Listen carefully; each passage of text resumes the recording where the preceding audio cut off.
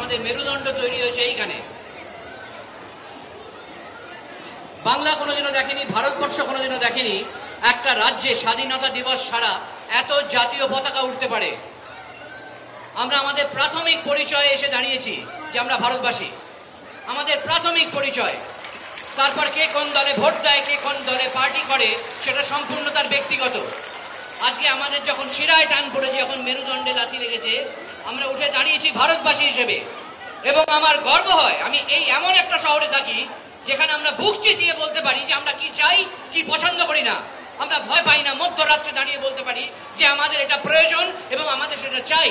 এবং সেটা আমরা এত জোরে বলবো, সেই শব্দ পৌঁছবে সেই সমস্ত কানে যারা শুনলে পরে তাদের ভালো, আমাদের নয়। কারণ যতদিন না তা কান পর্যন্ত পৌঁছচ্ছে আমাদের কিন্তু কণ্ঠ থামবে না।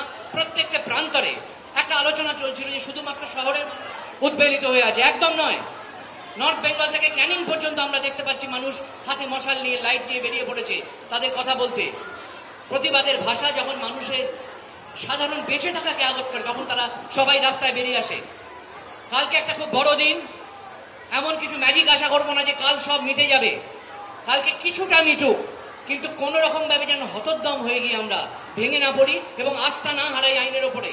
যতক্ষণ না বিচার আসছে, যতক্ষণ না সঠিক বিচার আসছে, ততক্ষণ এই বিরাট কোরাস সারা বাংলা জুড়ে যেন বলতে পারে we want, we want, we want. Thank you. শোনাবো আসলে সময়টাকে বোঝার জন্য আমরা কি করবো, আমরা অনেকেই কনফিউজ, কি করবো আমরা জানি না। এরপরে কতদিন করবো তাও জানি না। দেখুন এই লেখাটা হয়তো আপনাদের পথ দেখাতে পারে। অস্থির হয়েও না, অস্থির হয়েও না, শুধু প্রস্তুত হও।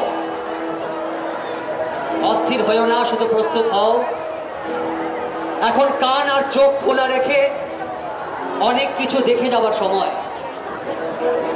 অস্থির হয়েও না, প্রস্তুত হও। এখন কান আর চোখ খোলা রেখে অনেক কিছু দেখে যাওয়ার সময়। এ সময়ে স্থির থাকতে না পারার মানেই হলো আগুনে ঝাঁপ দেওয়া।